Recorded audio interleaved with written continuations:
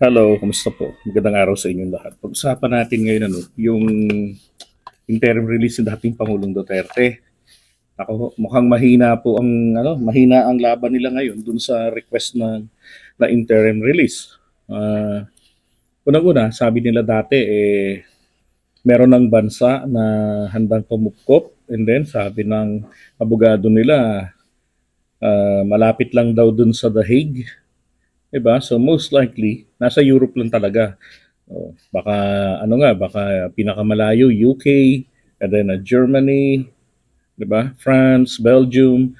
Yan yung mga possibility na kumupkop kay Digong para sa kanyang interim release. Now, ngayon naman, ang recent ay Australia kinakausap. Ngayon, kaya ko na po sabihin sa inyo kung sino po yung nakikipag-usap. Wala akong iba kung hindi yung kampo nila ng mga Duterte. No? Kasi ang prosecution pala ng ICC tutol pala sa kanilang interim release request. 'Di ba? Samantalang dun sa position o sa papel na sinubmit nila, ang nakalagay doon that the prosecution, the ICC prosecutor's office would not pose opposition. Diba? Yung sinabi nila noon. And then, meron ng bansa na willing na kumupkop kay Duterte kapag napagbigyan na siya sa kanyang interim release request. So, sabi nga nung sa interview ni Attorney Conti, narinig ko nga, mukhang, tingin ko talaga, tagilid sila sa request. For a few quite reasons. Number one, wala silang history pa, wala pa silang jurisprudence na nag-grant sila ng interim release sa mga may ganyang klase ng kaso na crimes against humanity. Mga malulupit na tao na talagang maraming mga fans. Kaya most likely, pag nailabas yan, kahit na siguro dumungaw lang yan dyan sa labas ng kulungan, so, itatakas na yan ng mga kababayan natin. Pag may pagkakataon, nakawin na yan sa loob. So most likely kapag kaya na nirelease pa nila, kahit pansamantala, limited, conditional pa, kung ano pang condition yan, hindi na yan maibabalik sa trial. Ang gustong mangyari po ng ICC ay merong assurance silang makikita na anytime na ipatawag siya para sa hearing niya, forthwith, maihaharap agad siya, hindi na yung maghahabulan pa. 'Di ba? Hindi na pahirapan. Buti naman sana kung naandun sa mga bansang yan si General Torre. Talagang kahit nasa ilalim ng lupa, huhukayin yan Di ba? Kaya, again, tingin ko lang talaga mahina sila ngayon sa interim release.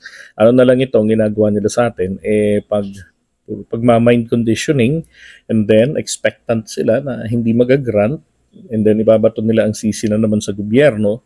Di ba? Like in Australia, hindi man lang, walang diplomatic channel si Sara kasi she's just only a vice president.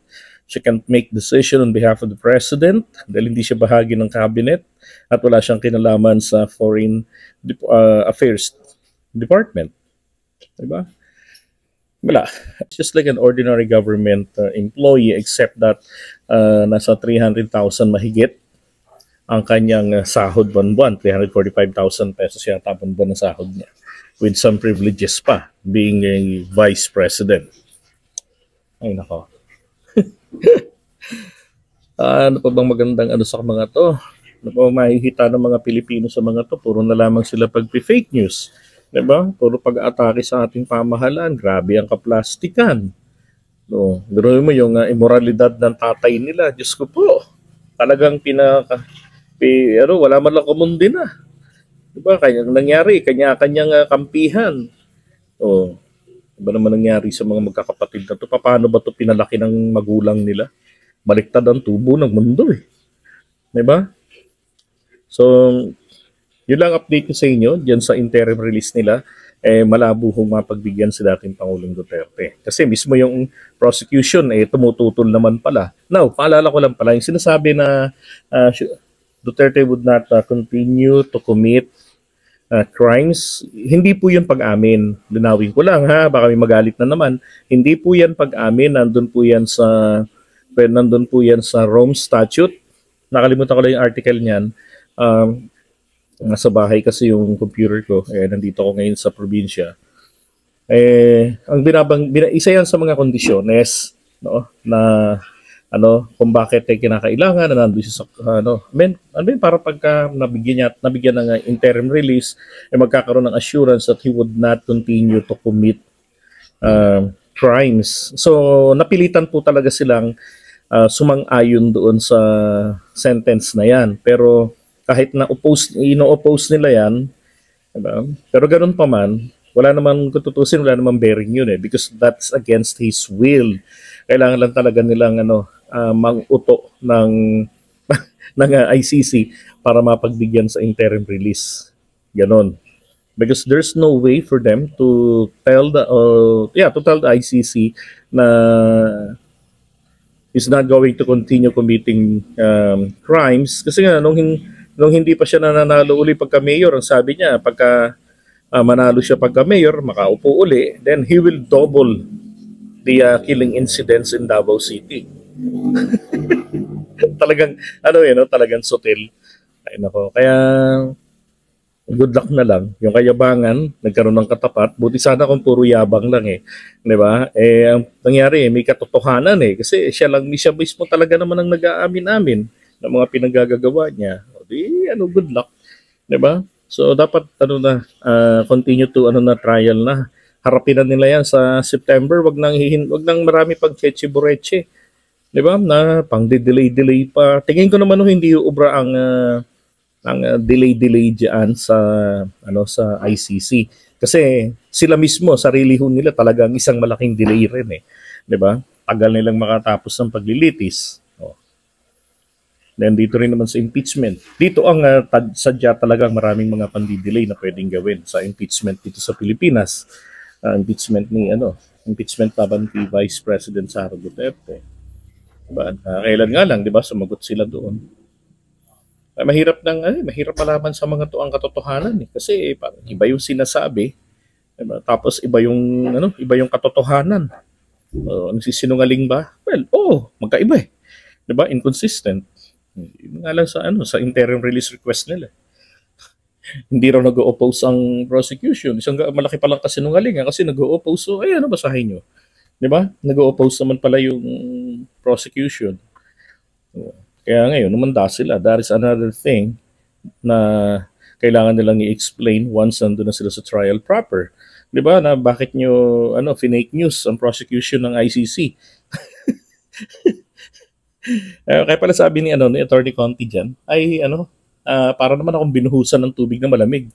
Kasi lumilitaw, there was a prior agreement with another country who's willing to accept Duterte, kukupin siya once he was granted for interim release. Diba? And then the prosecution would not pose any opposition to that effect. And then later on, malalaman mo na lang na tutol pala ang prosecution. So, isa pang malala yung sinasabing isang bansa na nag-agree na para kupin si Digong, lumilitaw naman pala ngayon, wala naman palang nag-agree na malapit doon sa Europe. Di ba? Tapos ang tinatarget po nila, kinoconsider nila yung Australia. Alam nyo, malaki ng sinungalingan talagang pinagagawa ng mga to. Ewan ko na lang talaga sa mga DDS, bakit patuloy pa nagpapaniwala sa mga yan Di ba?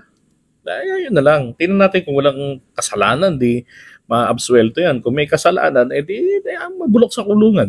Kasalanan Pagka ikaw naman, katulad nating mga ordinaryong Pilipino, pag tayo nagkasala sa batas, hindi na nga abutin natin Di ba? So hindi po nangahulugan, naging presidente ng Pilipinas, maraming babae, maraming fans, gagawin nyo na absuelto na, dapat patawarin na. Paano may babalik nyo ba yung mga buhay ng mga inosenteng napatay niya?